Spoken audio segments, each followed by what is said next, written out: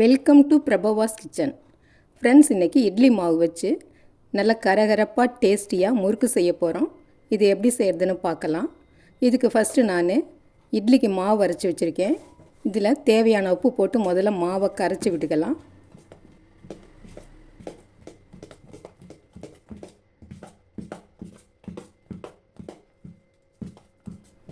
இப்போ மாவு கரைச்சதுக்கப்புறம் இதில் 2 கப் அளவு மாவு எடுத்துக்கிறேன்.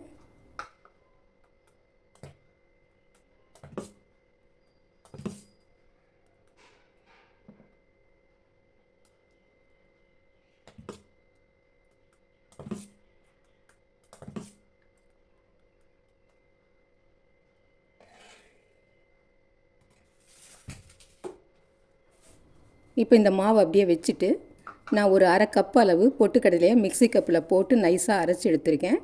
அதை சலிச்சு எடுத்துக்கலாம்.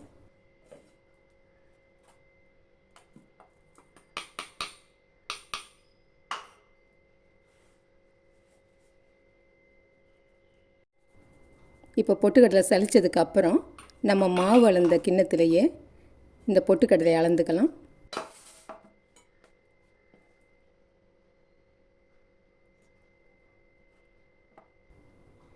முக்கால் கப்புக்கு மேலே வருது.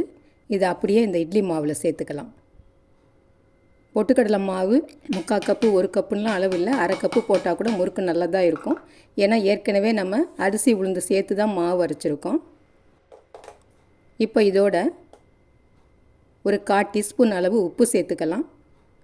ஏற்கனவே இட்லி மாவில் உப்பு சேர்த்துருக்கோம், அதனால் 1/4 டீஸ்பூன் அளவு உப்பு சேர்த்துட்டு சீரகம் 1 டீஸ்பூனு, வெள்ளை எள்ளு 1 டீஸ்பூன் சேர்த்துக்கிறேன். அடுத்தது பெருங்காயம் ஒரு 1/4 டீஸ்பூனு, முறுக்கு நல்ல வாசமாக மொறுமொறுன்னு இருக்கிறதுக்கு 1 டீஸ்பூன் அளவு நெய் சேர்த்துக்கலாம்.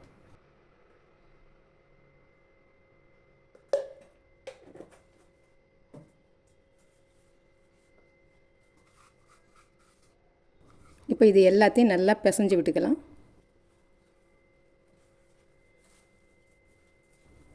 நான் இட்லி மாவு கொஞ்சம் தளர்வாக அரைச்சிருக்கிறதுனால பொட்டுக்கடலை மாவு முக்கால் கப் அளவு சேர்த்தும் கூட இந்த மாவு பாருங்கள் இவ்வளோ தளர்வாகவே இருக்குது. இப்போ இதில் பச்சரிசி மாவு ஒரு 2 ஸ்பூன் சேர்த்துக்கலாம். இந்த பச்சரிசி மாவு சேர்க்கறதுனால முறுக்கு கடுகடுன்னெலாம் இருக்காது, அப்போவும் நல்ல பொறுப்பொறுப்பாக தான் இருக்கும்.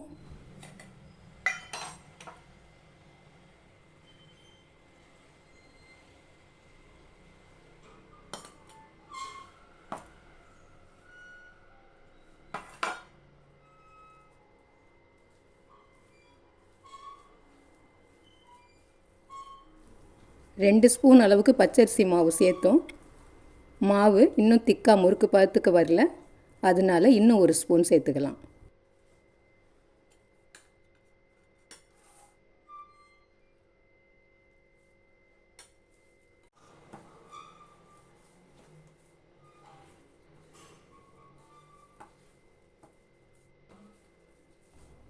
இப்போ மாவு நல்லா திக்காகிடுச்சு, முறுக்கு பதத்துக்கு வந்துடுச்சு. இப்போ மீத இருக்க அரிசி மாவை எடுத்து வச்சிடலாம்.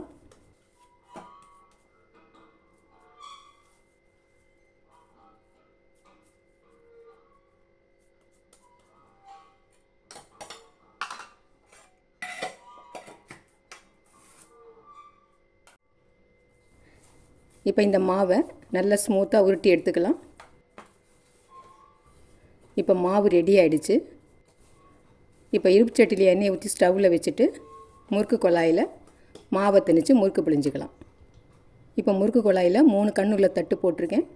இப்போ தேவையான மாவை திணிச்சிட்டு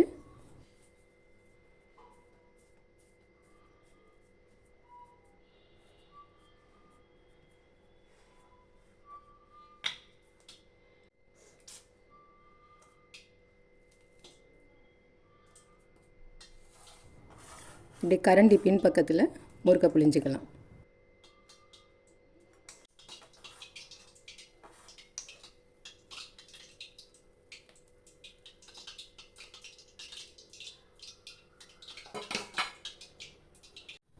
இப்போ எண்ணெய் நல்லா காஞ்சிடுச்சு. இதில் ஒரு சின்ன துண்டு மாவை போட்டு பார்க்கலாம். பாருங்கள், உடனே மேலே எழுந்து வருது. இப்போ புளிஞ்சு வச்சுருக்கிறத போட்டுடலாம்.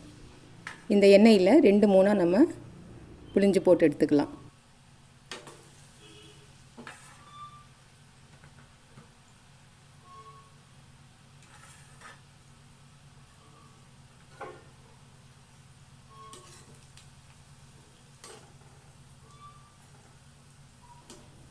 இப்போ ஒரு பக்கம் முறுக்கு வெந்துருச்சு, திருப்பி விட்டுக்கலாம்.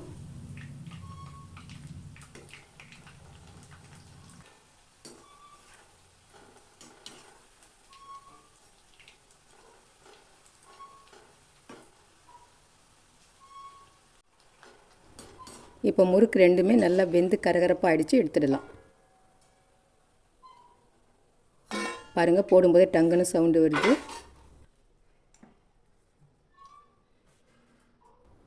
இப்போ ஒரு முறுக்கு டைரெக்டாக அதில் பிழிஞ்சு விட்றேன்.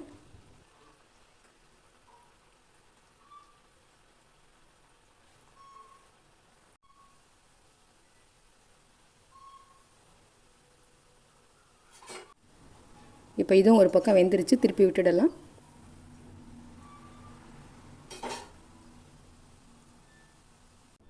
இப்போ இதுவும் நல்லா வெந்து கரகரப்பாயிடுச்சு, எடுத்துடலாம். நாம் ஒரு தடவை இந்த மாதிரி இட்லி மாவில் முறுக்கு செஞ்சு பார்த்தோம்னா அடிக்கடி முறுக்கு சாப்பிடணுன்னு தோன்றப்பெல்லாம் செய்ய ஆரம்பிச்சிடுவோம். இது நல்ல டேஸ்டியாகவும் கரகரப்பாகவும் இருக்கும். செய்யறதும் ஈஸி. முறுக்கு சாப்பிடணுன்னு ஆசைப்பட்ட உடனே நாம் செஞ்சிடலாம். ஃப்ரெஷ்ஷான இட்லி மாவாக இருக்கணும், புளிச்ச மாவில் செஞ்சிடக்கூடாது. இப்போ பாருங்கள், இந்த முறுக்கு எவ்வளோ கரகரப்பாக இருக்குன்னு இப்போ உடச்சி காமிக்கிறேன் பாருங்கள். இந்த டிஷ்ஷை பிடிச்சிருந்ததுன்னா லைக் பண்ணுங்கள், ஷேர் பண்ணுங்கள், மறக்காமல் சப்ஸ்கிரைப் பண்ணுங்கள். நன்றி.